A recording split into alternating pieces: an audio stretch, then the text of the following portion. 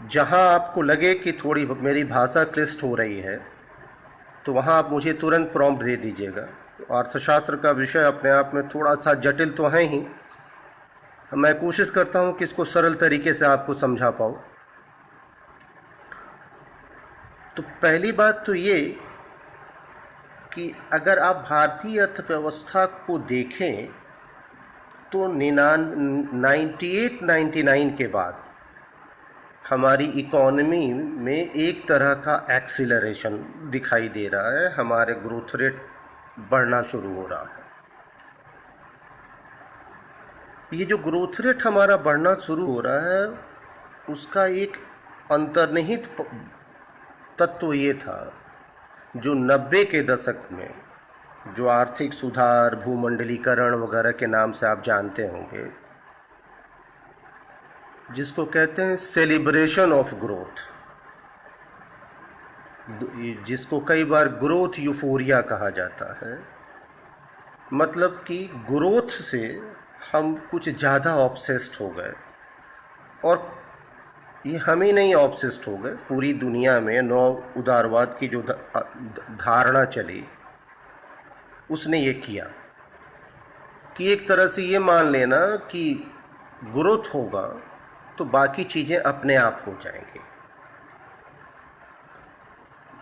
99-2000 के बाद से हमारी अर्थव्यवस्था में एक तरह का एक्सीलरेशन हमको दिखाई देना शुरू हुआ। अब ये एक्सीलरेशन कब हुआ? जो नौ उदारवाद के समर्थक हैं वो कहते हैं कि 90 के दशक में शुरू हुआ, लेकिन अर्थशास्त्रियों का बड़ा समूह है जो ये कहता है कि ये 1980 से ही शुरू हो गया था। तो खैर उस बहस में भी जाने का कोई मतलब नहीं है, लेकिन 99-2000 के बाद से हमारी इकोनॉमी में एक बूम पीरियड आया, हमारा जीडीपी तेज़ी से बढ़ने लगा। लेकिन ये जो जीडीपी हमारा बढ़ रहा था 99-2000 के बाद से, रादर 90 के दशक में भी, इसके दो सबसे बड़े ड्राइवर थे। एक सर्विस सेक्टर और दूसरा कंस्ट्रक्शन। अगर आप याद करें अटल बिहारी वाजपेयी जी के समय से ये गोल्डन क्वाड्रिलेटरल तमाम सड़कें वगैरह बननी शुरू हुई थी, तो ये हमारे दो बड़े ड्राइवर थे, हमारे ग्रोथ को बढ़ा रहे थे। और एक तरह से एग्रीकल्चर और मैन्युफैक्चरिंग, इन दोनों को किनारे करके हम जीडीपी को सर्विस सेक्टर से बढ़ाते रहे। आसान था, जीडीपी चाहिए तो उदाहरण स्वरूप अगर हम कहें कि हमको 1 लाख रुपया अगर बढ़ाना है जीडीपी, 1 लाख रुपया अगर एग्रीकल्चर में बढ़ाना हो और 1 लाख रुपये से हमको सर्विस मैन्युफैक्चरिंग में अगर जीडीपी बढ़ाना हो तो मेहनत लगेगी, कुछ मूलभूत चीज़ों को एड्रेस करना पड़ेगा। लेकिन अगर सर्विस सेक्टर में बढ़ाना हो तो करना कुछ नहीं है, एक कंप्यूटर का टर्मिनल हमने लगाया, 4 कंप्यूटर टर्मिनल लगा लिए, एक इंटरनेट का कनेक्शन ले लिया हमने, और एक कॉल सेंटर अपने घर के छत पे हमने शुरू कर दिया। देश का जीडीपी साल में 10-20 लाख 25 लाख हमने बढ़ा दिया। मतलब सर्विस सेक्टर एक आसान विकल्प था जीडीपी को बढ़ाने का, और जिस तरह का हमारे पास एक एजुकेटेड मैन पावर था उससे भी बड़ी सुविधा मिली इसको बढ़ाने में। ये करके हम जीडीपी को बढ़ाते रहे 2008-9 तक। 2008-9 की जो अमेरिकन इकोनॉमिक क्राइसिस थी, उस क्राइसिस के बाद चीज़ें बदलनी शुरू हो गई, और जब बदलनी शुरू हुई तो एक बात समझ में आनी शुरू हो गई कि ये सर्विस सेक्टर पे भरोसा करके बहुत दिन अब चला नहीं जा सकता, और मैन्युफैक्चरिंग सेक्टर एक बार फिर से याद आना शुरू हो गया। ध्यान रखें, एग्रीकल्चर याद आना शुरू नहीं हुआ, एग्रीकल्चर याद आना शुरू नहीं हुआ, मैन्युफैक्चरिंग फिर से याद आना शुरू हुआ। और मैन्युफैक्चरिंग इसलिए भी याद आना शुरू हुआ कि सर्विस सेक्टर जहाँ तक ले जा सकता था वहाँ तक तो हमें पहुँचा दिया था। अब इसके आगे सर्विस सेक्टर के भरोसे जाना संभव नहीं था। हमारी इकॉनमी में का जीडीपी का 50-52% सर्विस सेक्टर से आना शुरू हो गया था। अब इसके आगे सर्विस सेक्टर बिना मैन्युफैक्चरिंग के कुछ दे नहीं पाता। तो यूपीए 2 गवर्नमेंट ने नेशनल मैन्युफैक्चरिंग पॉलिसी बनाया 2011 में, जिसको वर्तमान सरकार ने मेक इन इंडिया बाद में कन्वर्ट कर दिया। तो एक तरह से ये जो जीडीपी का एक्सिलरेशन हमारा शुरू हुआ था 99 के आसपास से, 98-99 से, वो 2012 तक वो गिरना शुरू हो गया। गिरना क्यों शुरू हुआ? इसके अनेक कारण थे, उन कारणों में फ़िलहाल मैं नहीं जाऊंगा। 2012-13, 2013-14 मतलब यूपीए सरकार के 10 सालों के कार्यकाल का अंतिम 2 साल में जीडीपी के ग्रोथ रेट में गिरावट आई। और इसी बीच में नई सरकार बनी 2014 में। नई सरकार बनी तो यूपीए 2 के बाद के पीरियड को जो पॉलिसी पैरालिसिस कहा गया, वो पॉलिसी पैरालिसिस और भी कुछ कारण थे, जिसके कारण 2014 में जब ये सरकार बनी तो तुरंत हमारा जीडीपी एक्सिलरेट होना शुरू हुआ। और 2014 से 2016 तक फिर हमारा जीडीपी बढ़ना शुरू हो गया। लेकिन 2016 के डिमोनेटाइजेशन ने, नोटबंदी ने, मनमोहन सिंह ने एक शब्द इस्तेमाल किया था, वो एक्सप्रेशन, वो अभिव्यक्ति मुझे बड़ी अच्छी लगी कि दौड़ती हुई कार के टायर में को पंचर कर देना। डिमोनेटाइजेशन ने यही किया। और फिर जीएसटी, इन दोनों ने इकॉनमी के उस पूरे रफ्तार को, बढ़ने की स्पीड को, इन दोनों ने बुरी तरह उसको प्रभावित किया। अब एक तरह से हमारी इकॉनमी की ये दुर्दशा 2017 से हमारी इकॉनमी नीचे गिरनी शुरू हो गई थी।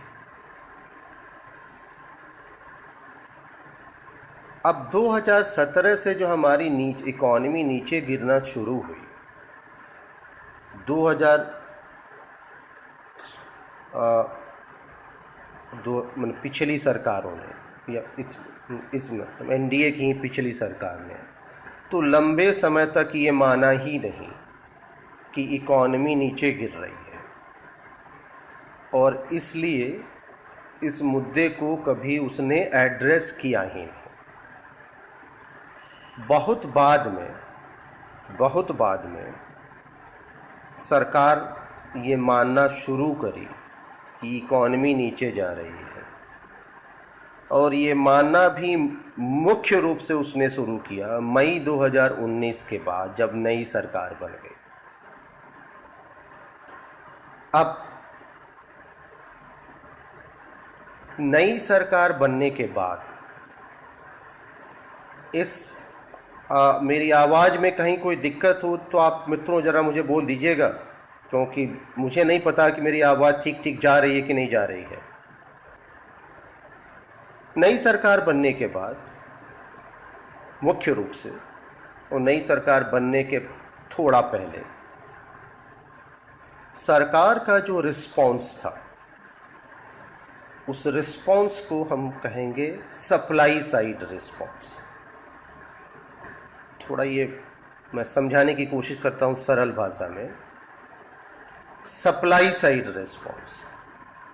मतलब हम ये मान रहे हैं कि इकॉनमी नीचे इसलिए जा रही है कि बाजार में सप्लाई नहीं है। इसके बाद ज़्यादातर अर्थशास्त्री, और अगर मैं ये कहूँ कि एक आध दो को छोड़ के तो अतिशयोक्ति नहीं होगी, ज़्यादातर अर्थशास्त्री ये कहते रहे कि ये सप्लाई साइड की प्रॉब्लम नहीं है, ये डिमांड साइड की प्रॉब्लम है। मतलब इकॉनमी इसलिए नहीं जा रही है कि बाजार में सप्लाई नहीं है, इकॉनमी इसलिए नीचे जा रही है कि बाजार में डिमांड नहीं है। केन्स से शायद परिचित होंगे आप लोग, 1929 की महामंदी। केन्स ने यही बात कहा था उस वक्त। मतलब बाजार में सामान पड़ा हुआ है, खरीदने वाले नहीं है। इसके उलट गवर्नमेंट ये सोचती रही, इसको थोड़ा मैं विस्तार से इसलिए बता रहा हूँ कि अभी के संकट में भी गवर्नमेंट का रिस्पॉन्स यही है। इसके बाद गवर्नमेंट ये करती रही कि जो प्रोड्यूसर है, जो सप्लायर है, उसको हम तमाम तरह की रियायतें दें, कॉरपोरेट को टैक्स कंसेशन दें, बेल आउट दें, फ्री की बिजली दें, फ्री की ज़मीन दें, वो मेक इन इंडिया करें, स्टैंड अप इंडिया करें, स्टार्टअप इंडिया करें, ताकि हमारे यहाँ की प्रोडक्शन हो। वो प्रोडक्शन करेगा क्यों? थोड़ा कॉमन सेंसिकली सोचें। अगर आप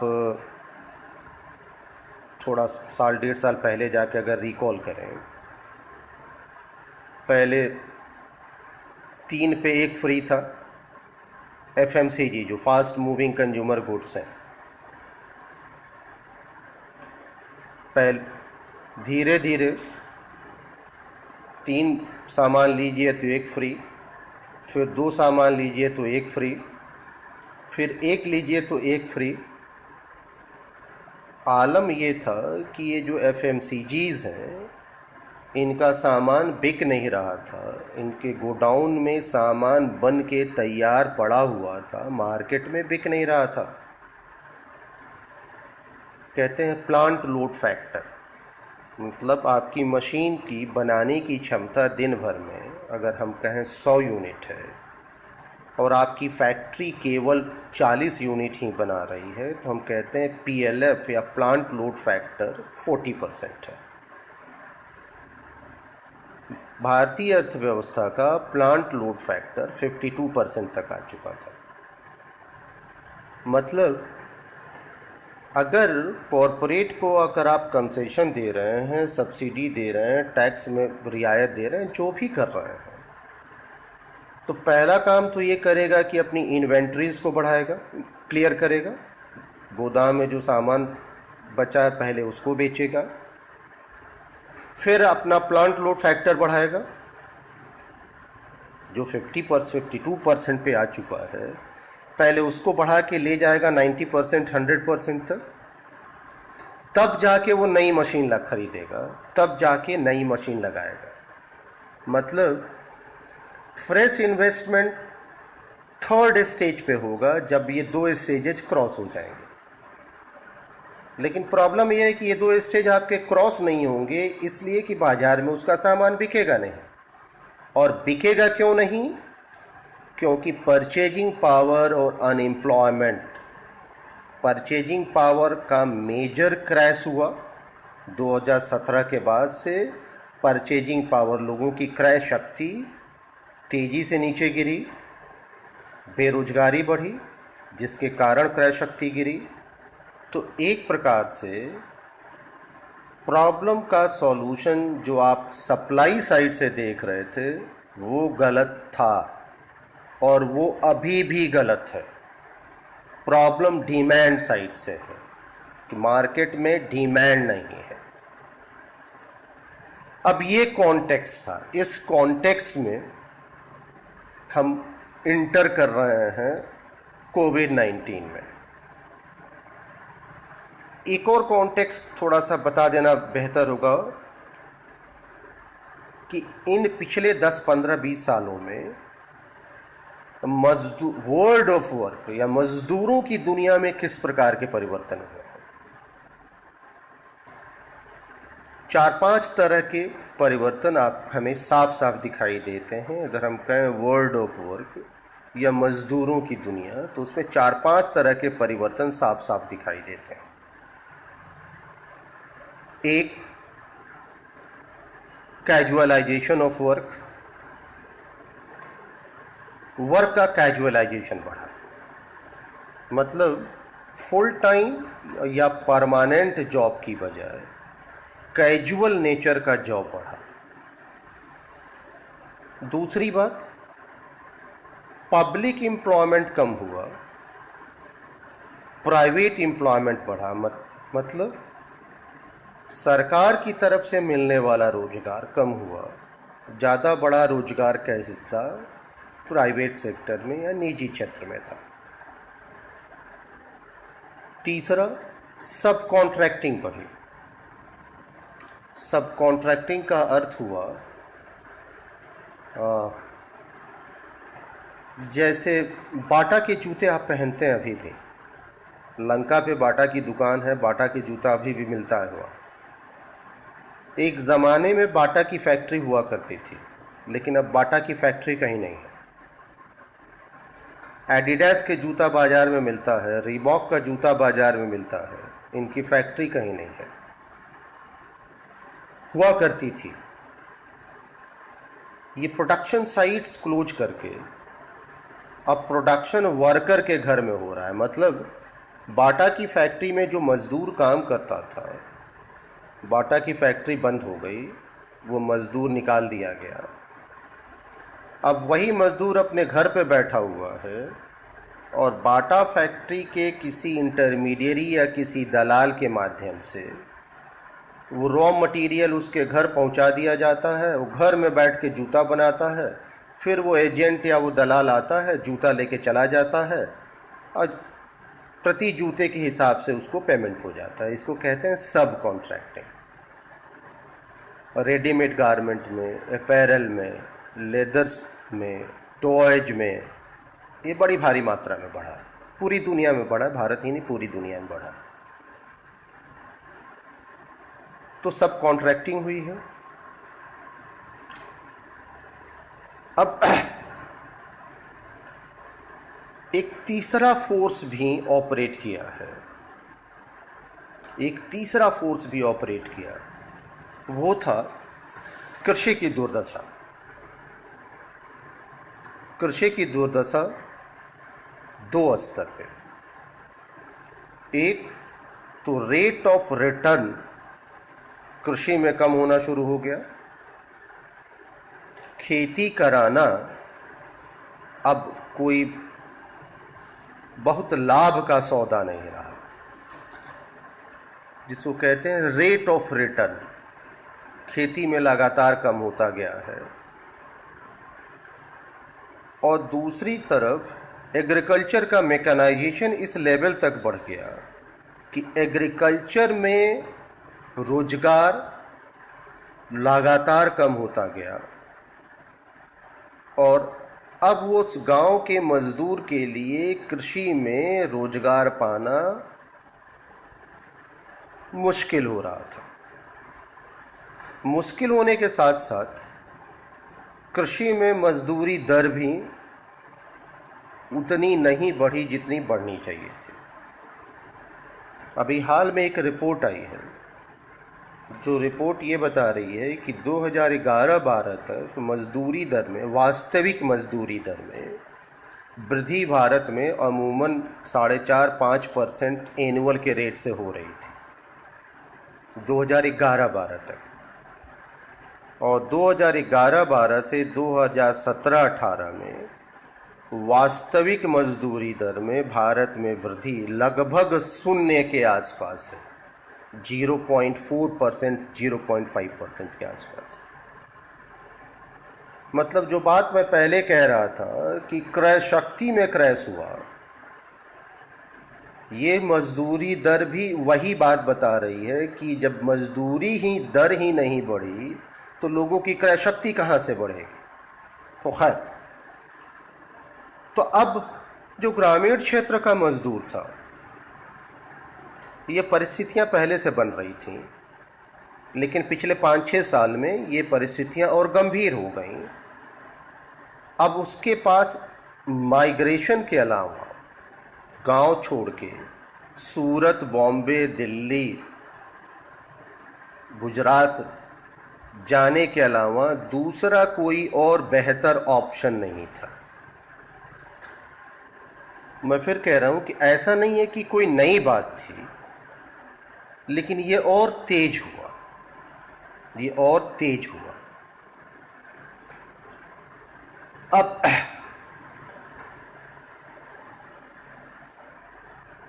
यहां से मैं एक तीसरी बात पे आ रहा हूं। ये जो तेज हुआ, और भारत में मजदूरों की संख्या करीब करीब 45-46 करोड़ के आसपास है। ये जो माइग्रेट किए, जो गए यहाँ से, वो 2 प्रकार के लोग गए। बॉम्बे, दिल्ली, सूरत, पंजाब, जहाँ भी गए, ये 2 प्रकार के लोग गए। रादर मैं कहूँगा 3 प्रकार के लोग। पहला एक प्रकार था इनके मिश्रा का, जो बिहार के किसी गांव के रहने वाले थे, पढ़ने बाहर गए और पढ़ के BHU में प्रोफेसर हो गए, अब वो बनारस में ही रह गए। ये परमानेंट माइग्रेंट है, इनके मिश्रा परमानेंट माइग्रेंट हैं। और भारत सरकार के आंकड़े में,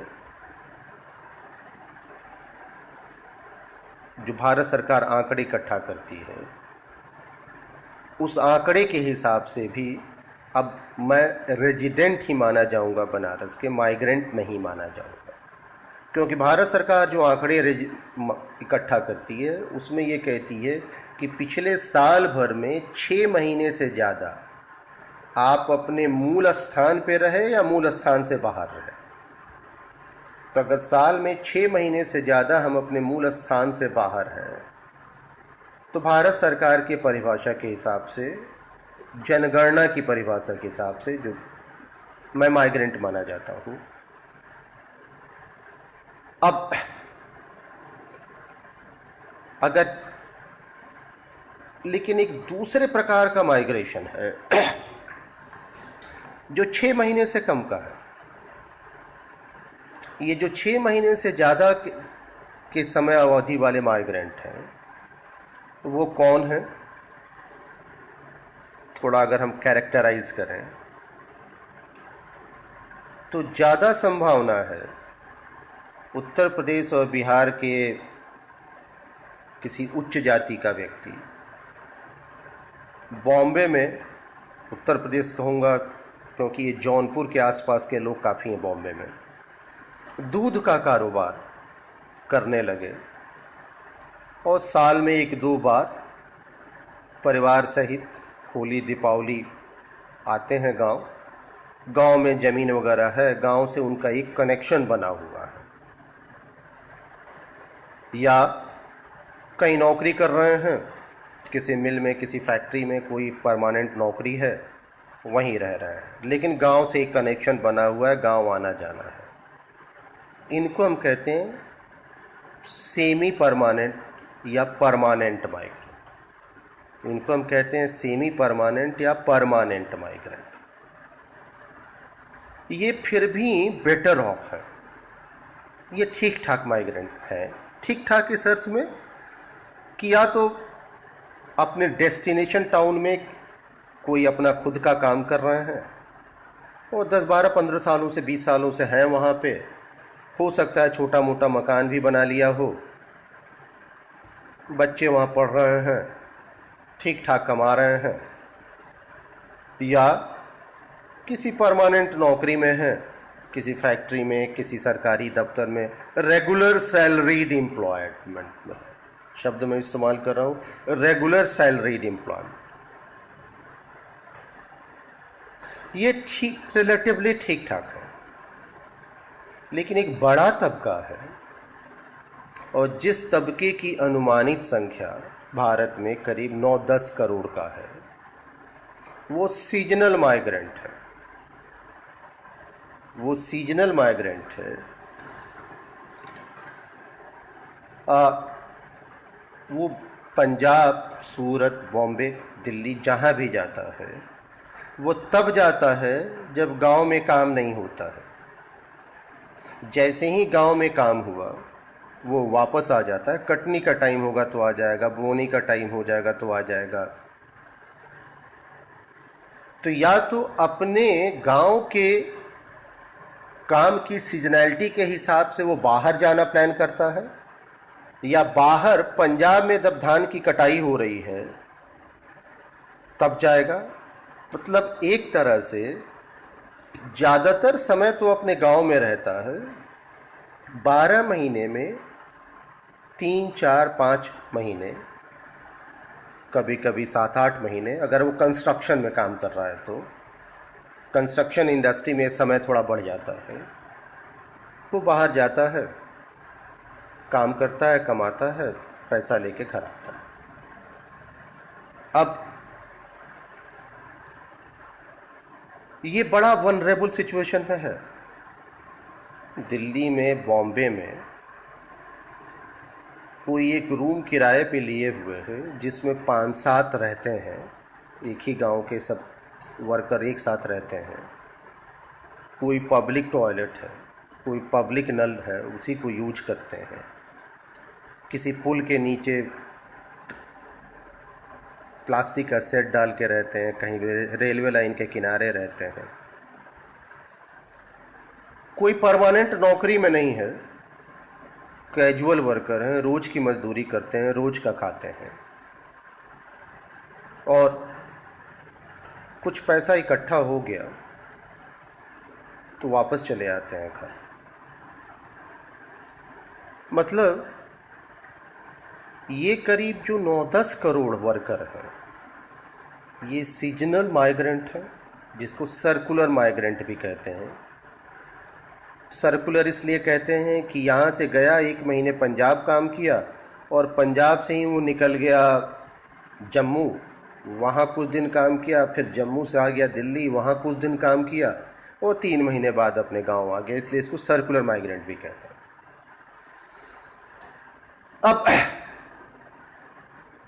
अब क्या आप कोई बता पाएगा कितना समय हो गया? मेरे पास समय देखने का कोई जरिया नहीं है, तो ज़रा अपने कमेंट बॉक्स में अगर आप समय बता दें तो थोड़ा मुझे अंदाज़ा हो कि मुझे कितनी देर बोल चुका हूँ, कितनी देर मुझे और बोलना है।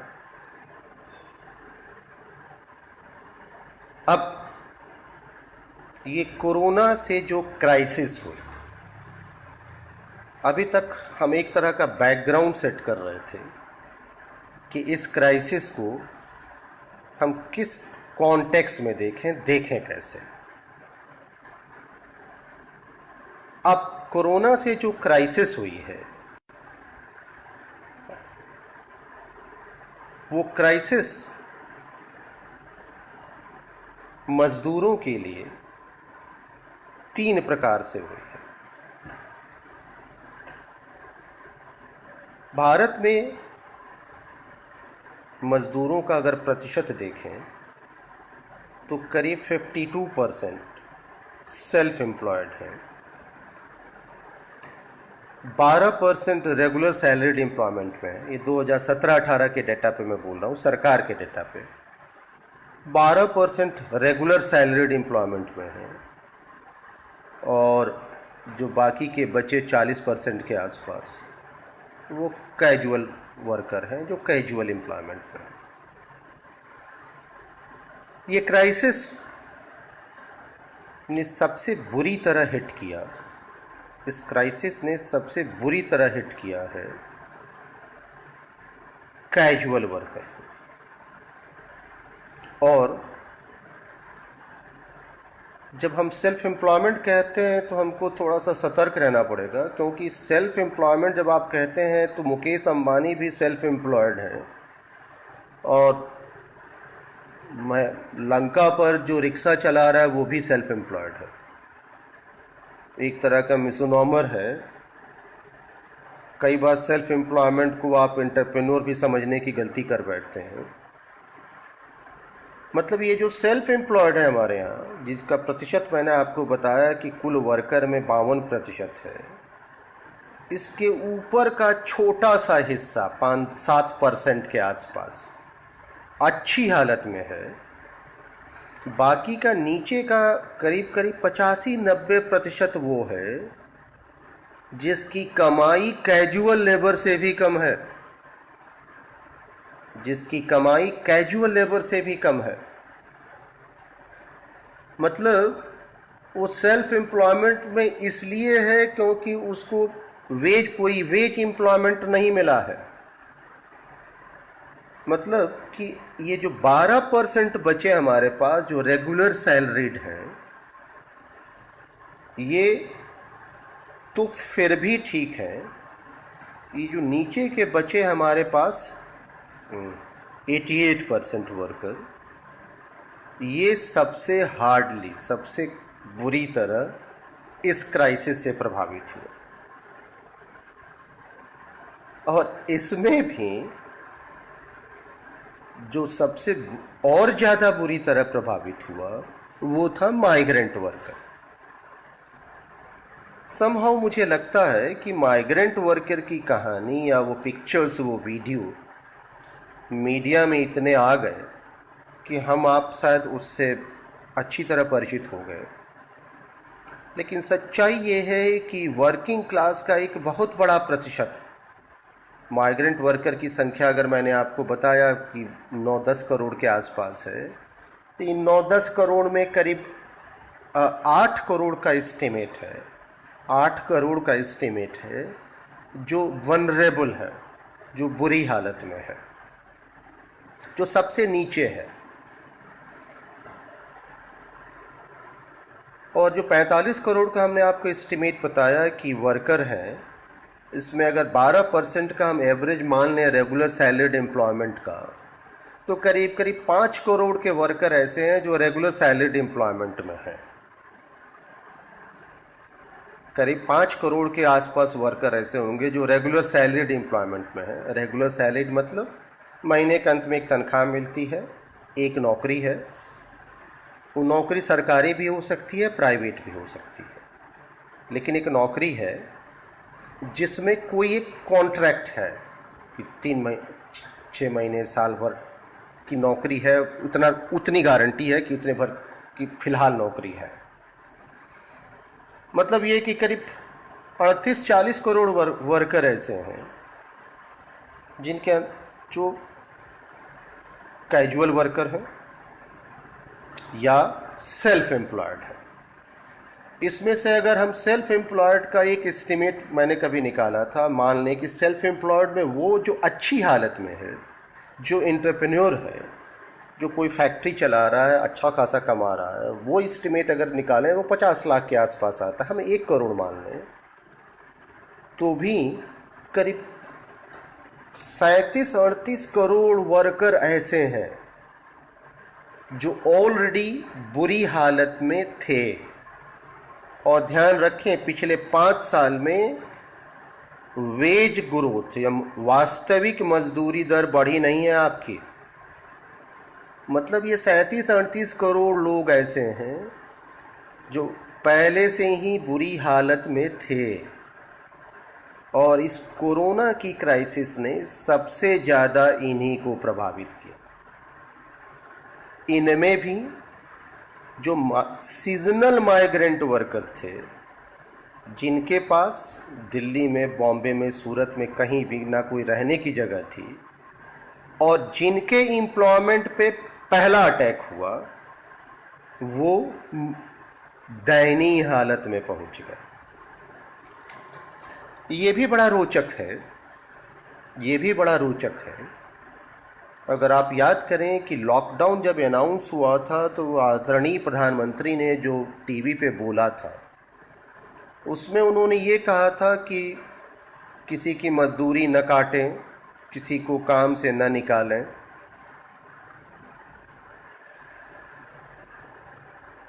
हुआ इसके उल्टा।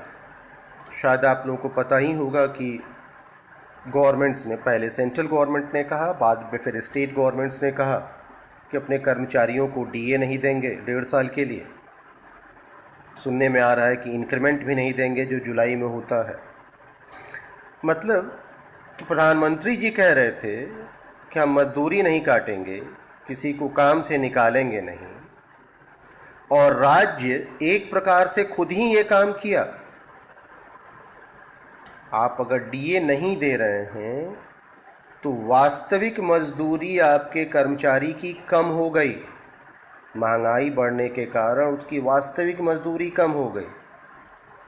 और जब राज्य ये काम कर दिया तो किसी निजी क्षेत्र को, प्राइवेट सेक्टर को ये कहने का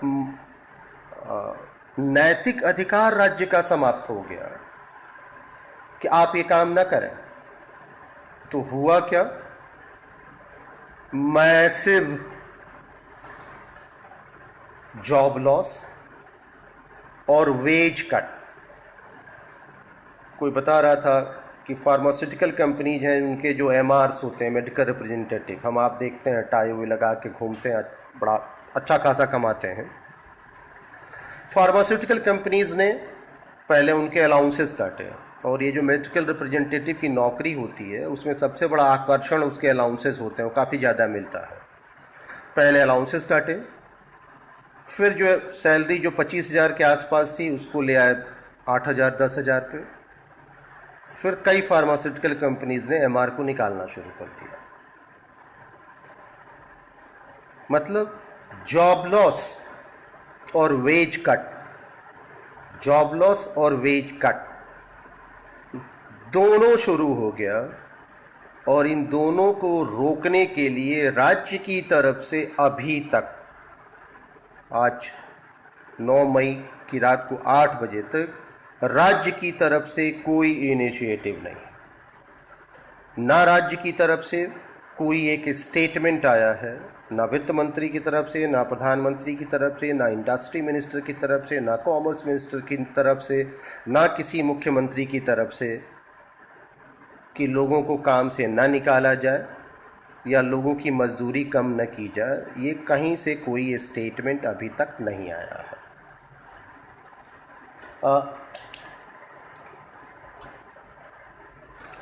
मनीष जी या कोई मुझे ज़रा समय का अंदाज़ा दीजिए। मेरे पास कोई घड़ी नहीं है तो मुझे नहीं पता कि मुझे क्या कितना टाइम हो गया, कितना टाइम हमारे पास है।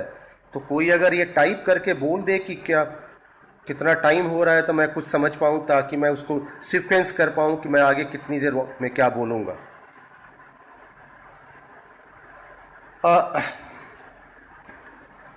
अब इस क्राइसिस को जब ये क्राइसिस हुई तो राज्य का रिस्पॉन्स पहले हम देखें कि राज्य का रिस्पॉन्स क्या रहा।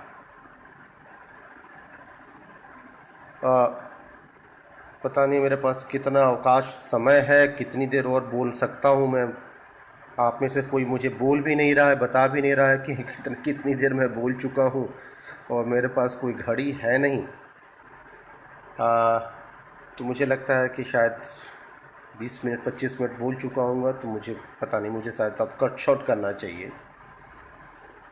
थोड़ी गलती हुई, मुझे कोई घड़ी लेके बैठना चाहिए था, और मोबाइल पे मैं टाइम देख नहीं सकता, इतना मैं सक्षम नहीं हूँ। अब राज्य की अगर भूमिका देखें तो राज्य का रिस्पॉन्स क्या रहा। एक तो लंबे समय तक इंडियन स्टेट ने इस क्राइसिस को रिकॉग्नाइज नहीं किया। लंबे समय तक इस क्राइसिस की कोई तैयारी नहीं किया, और इसका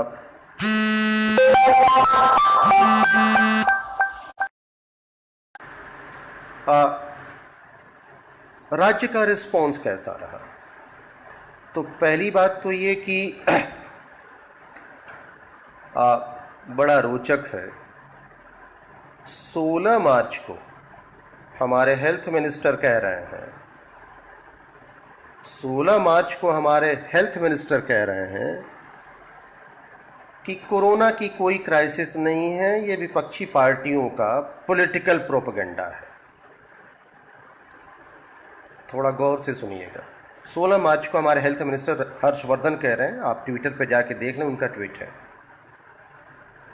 18 मार्च को प्राइम मिनिस्टर देश को संबोधित करते हैं और जनता कर्फ्यू 22 तारीख को लगाने की बात कहते हैं। 22 तारीख को जनता कर्फ्यू लगता है, लेकिन 22 मार्च तक भारत से मास्क बनाने का रॉ मटेरियल, वेंटिलेटर, ये एक्सपोर्ट हो रहे थे। 22 मार्च को जनता कर्फ्यू लगता है, 23 मार्च को प्राइम मिनिस्टर फिर से लॉकडाउन की घोषणा करते हैं और 23 मार्च को इनका एक्सपोर्ट भारत से बंद हो रहा है। तब तक ये एक्सपोर्ट हो रहा था। लॉकडाउन किया, लेकिन लॉकडाउन की कोई तैयारी नहीं थी। लॉकडाउन का मेथड क्या होगा, कोई तैयारी नहीं थी। हमने लॉकडाउन किया।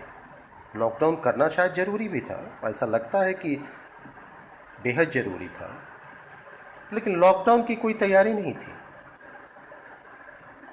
ऑक्सफोर्ड यूनिवर्सिटी की एक स्टडी है जिसमें कोरोना क्राइसिस पे दुनिया के विभिन्न देशों के लॉकडाउन की स्टडी किया है उसने। भारत का लॉकडाउन दुनिया के सारे देशों में सबसे कठोरतम लॉकडाउन था। ऑक्सफोर्ड यूनिवर्सिटी की उस स्टडी ने भारत के लॉकडाउन को फर्स्ट नंबर पे रखा है। भारत के लॉकडाउन को फर्स्ट नंबर पे रखा है, मैंने भारत का लॉकडाउन कठोरतम था।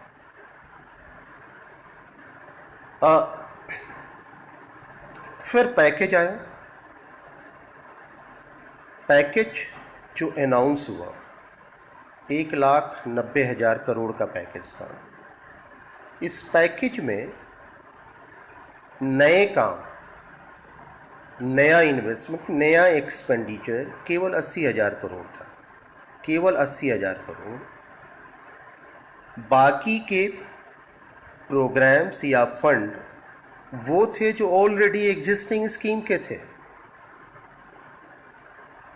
ये जो पैकेज अनाउंस हुआ इसमें कहा गया 0.8% ऑफ जीडीपी है।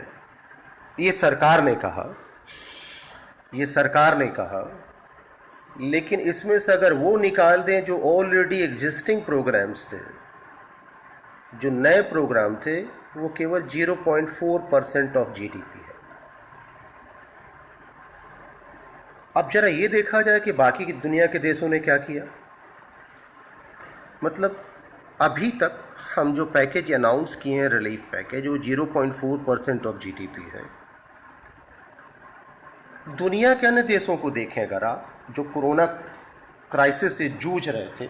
एक मिनट जरा,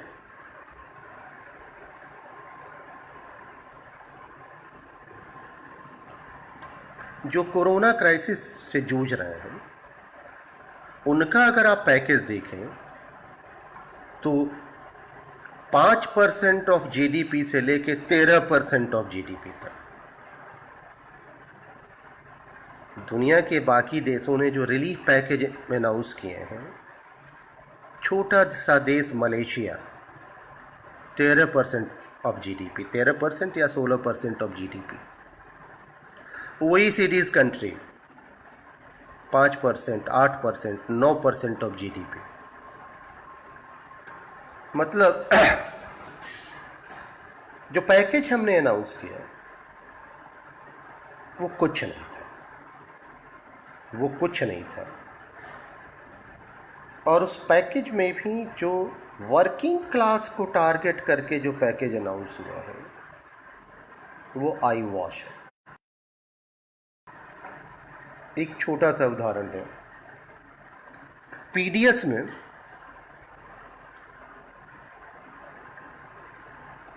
हाँ, 1,70,000 करोड़ हो सकता है, हाँ 1,70,000 करोड़।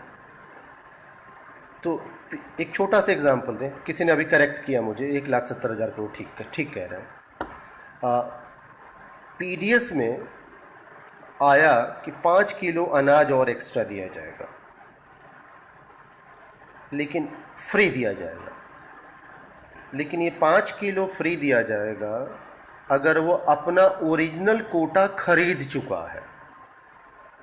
मतलब 5 किलो फ्री अनाज के लिए वो इंटाइटल तब होगा जब उसको जितना पीडीएस से खरीदना था वो खरीद चुका है, तब उसको ये 5 किलो फ्री में मिलेगा। अगर उसके लाइवलीहुड का क्राइसिस ये है, इनकम की क्राइसिस ये है कि वो अपना इंटाइटलमेंट वाला पार्ट खरीदने में ही सक्षम नहीं है, तो इसका मतलब उसको फ्री वाला नहीं मिलेगा। एफसीआई के गोडाउन्स में फूड पड़ा हुआ है, कोई फूड की क्राइसिस नहीं है। सरप्लस फूड है भारत में, सरप्लस फूड है। मतलब एक प्रकार से ये पैकेज जो दिया गया है, ये ऊँट के मुंह में अगर जीरा कहूँ तो शायद ये भी कम होगा। कोई कृष्णानु भट्टाचार्य जी कह रहे हैं China did the most hard lockdown. ना, चाइना ने लॉकडाउन कुछ खास इलाकों का किया, और जहाँ किया वहाँ बहुत हार्ड किया। ऑक्सफोर्ड की स्टडी सारे लॉकडाउन को कंपेयर कर रही है, और भिन्न भिन्न पैमाने लेके उसने कंपेयर किया, और इंडिया के लॉकडाउन को उसने हार्डेस्ट माना है। तो अब ऊँट के मुंह में जीरा शायद शब्द फिर भी मेरे लिए कम पड़ेगा। ये जो पैकेज अनाउंस हुआ है, जो सरकार ने जो पैकेज अनाउंस किया, पिछले 15 दिनों से हम चर्चा सुन रहे हैं कि एमएसएमईज पे कोई पैकेज आने वाला है। MSME sector, micro medium and small enterprises, वो भी बहुत बुरी तरह हिट हुआ है। पिछले 15-20 दिनों से हम चर्चा सुन रहे हैं कि कोई पैकेज आने वाला है उनके लिए, लेकिन अभी तक चर्चा ही सुन रहे हैं, अभी तक कुछ आया नहीं। एक और बड़ा रोचक बात है, अगर इस पूरे क्राइसिस को देखें, कोरोना से जो उत्पन्न हमारी क्राइसिस है, तो इस क्राइसिस से लड़ कौन रहा है? State government. ये भी बड़ा एक रोचक तथ्य सामने दिखाई दे रहा है। कोरोना से लड़ रही हैं स्टेट गवर्नमेंट, वो आपका हेल्थ डिपार्टमेंट है, आपके जितने डिपार्टमेंट हैं सब हेल्थ स्टेट लिस्ट के सब्जेक्ट हैं। कोरोना से लड़ाई लड़ रही है स्टेट गवर्नमेंट, और इंस्ट्रक्शन दे रहा है सेंटर। और स्टेट गवर्नमेंट्स की हालत ये है कि भला हो कि शराब की दुकान खुल गई, वरना मई की तनख्वाह उत्तर प्रदेश अपने कर्मचारियों को नहीं दे पाता। और ये उत्तर प्रदेश ही नहीं, देश के ज़्यादातर राज्यों की हालत है। तो शराब की दुकान खोलना मजबूरी थी। अरविंद केजरीवाल जी चाहे जितना नाराज हो रहे हो, जितना चाहे क्रोधित हो रहे हो, उनकी मजबूरी है कि शराब की दुकान खोलें। ना ही दुकान लोग मानेंगे, दुकान पे सोशल डिस्टेंसिंग नहीं करेंगे, तो बेचारे ऑनलाइन बेचेंगे, लेकिन बेचना है। पेट्रोलियम, डीजल, शराब और जमीन की रजिस्ट्री, ये 3 मिला के राज्य सरकारों को भारत में करीब करीब उनका 85% खर्चा ये 3 उठा लेते हैं। 85% खर्चा ये 3 उठा लेते हैं। और लॉकडाउन में यही तीनों मारे गए थे।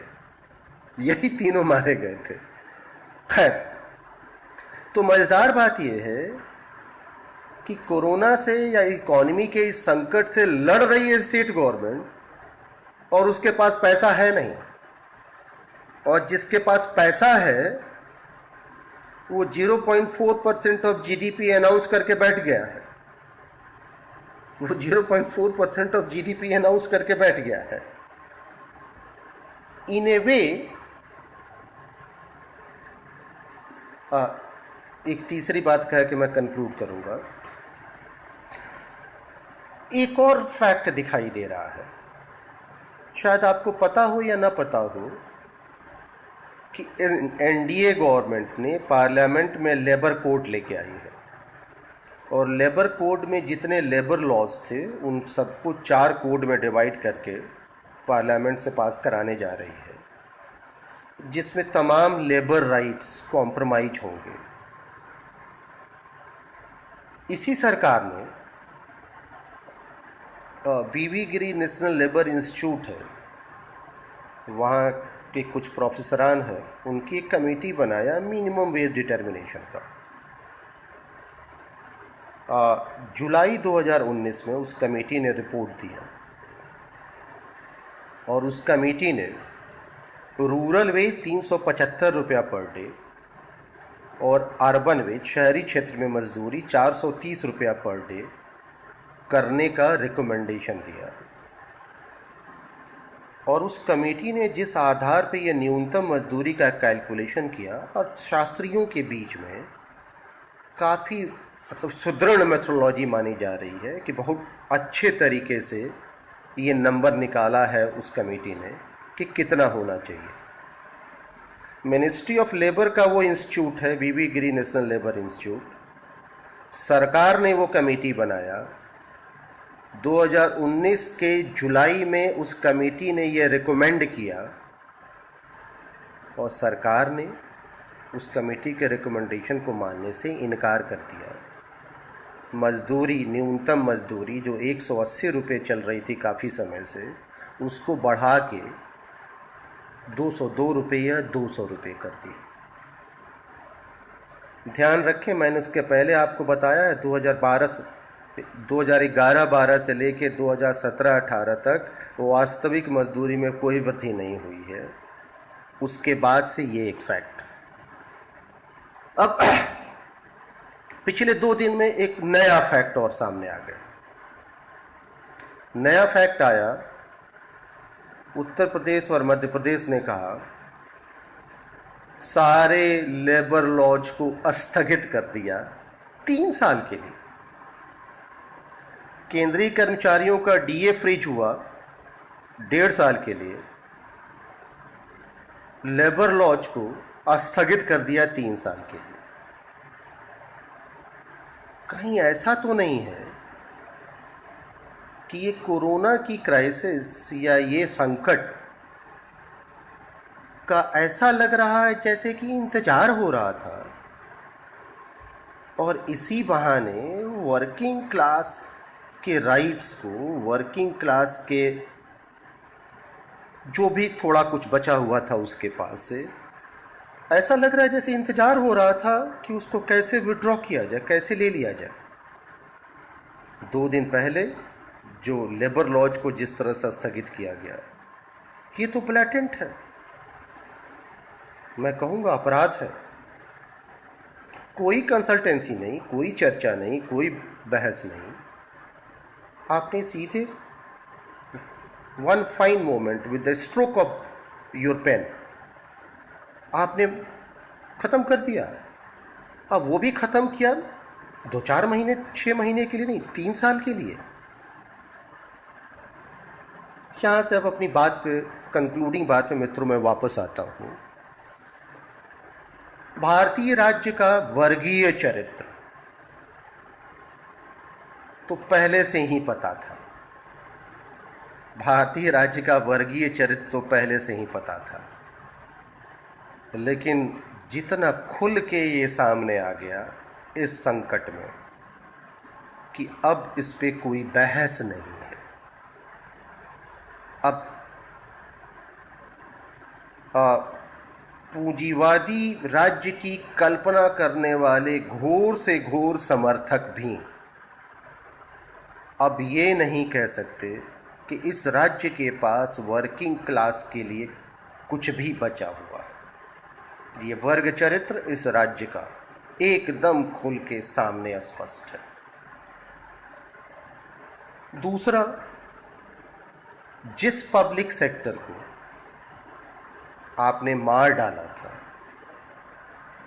और मैं ये कहूँ स्टेट की कैपेसिटी को जैसे आपने छिन्न भिन्न किया था। आज वही स्टेट कैपेसिटी है जो इस संकट से लड़ रही है। नगर निगम में कर्मचारियों की भर्ती आपने कम कर दिया, उनके पास कूड़ा उठाने के डंपर खत्म हो गए थे। हेल्थ डिपार्टमेंट में सफाई करने वाले कंपाउंडर, डॉक्टर, नर्स सब खत्म हो चुके थे।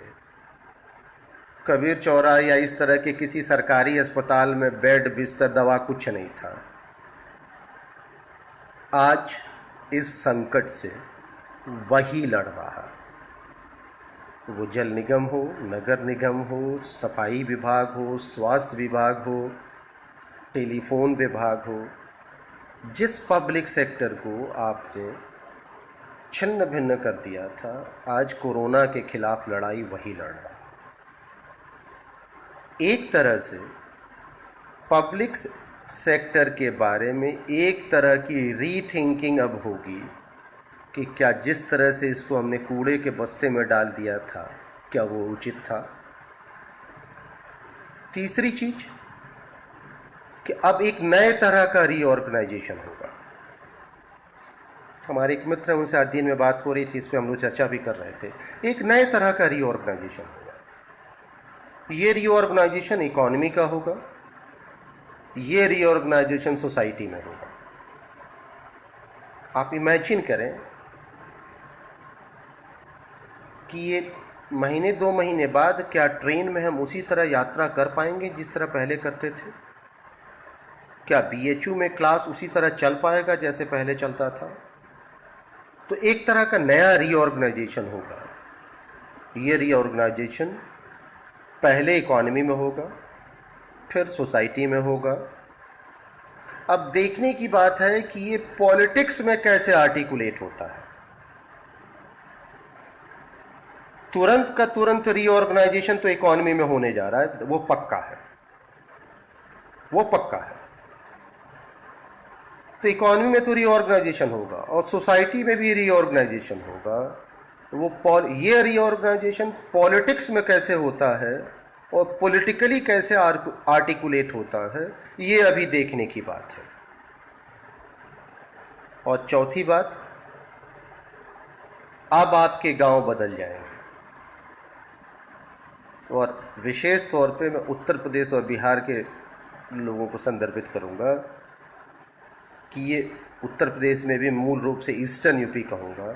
अब आपके गांव बदलेंगे, इसलिए बदलेंगे कि जो लेबर वापस लौटा है सूरत से, बॉम्बे से, जहाँ कहीं से, अब वो वापस नहीं जाने वाला। एटलीस्ट मेरा अनुमान है, कोई ठीक इसमें कोई एस्टिमेट नहीं है, मेरा अनुमान है कि करीब 70% वर्कर लेबर तो वापस नहीं ही जाएगा।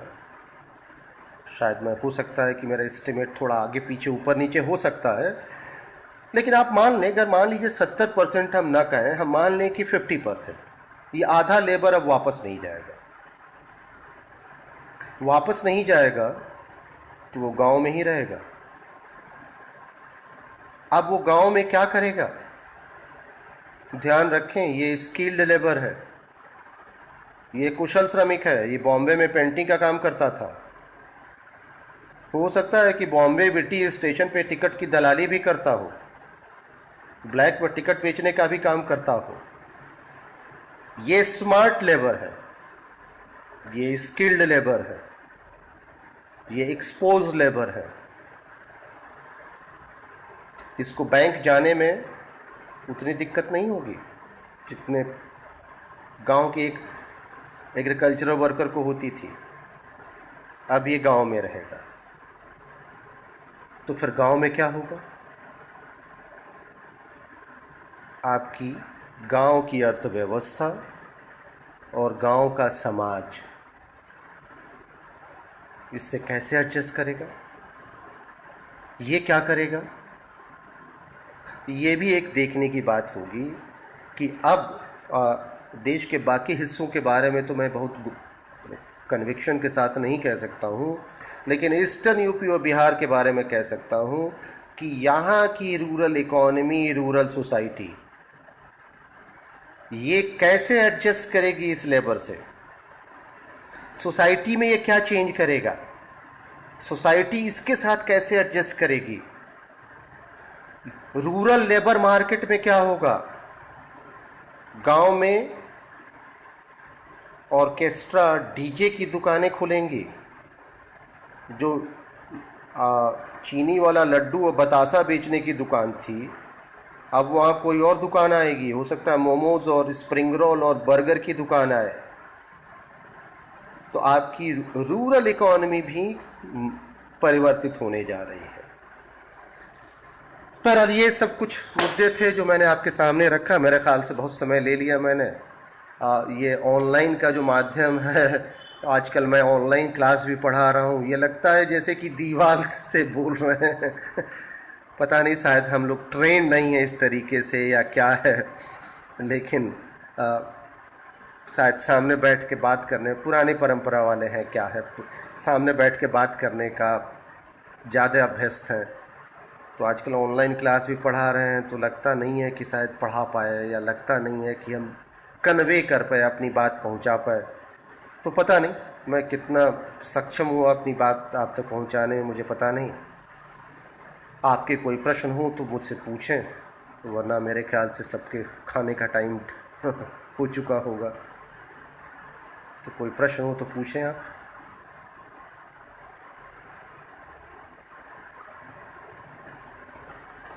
मेरे ख्याल से शायद इसमें विधान यही है कि सवाल यहाँ लिख के आएगा। मैं भी बहुत ठीक ठीक जानता नहीं हूँ, तो मैं वही देख रहा हूँ कि क्या लिख के कोई सवाल आ रहा है क्या। आप तो तारीफ कर रहे हैं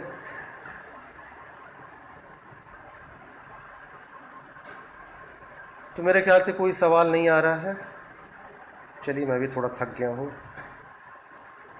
तो आज बहुत बहुत धन्यवाद आप लोगों का।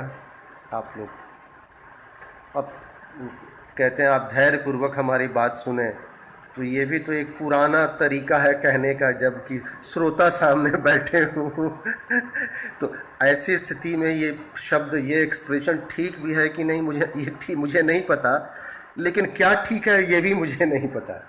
तो चलिए, आप लोगों को बहुत बहुत धन्यवाद। Thank you.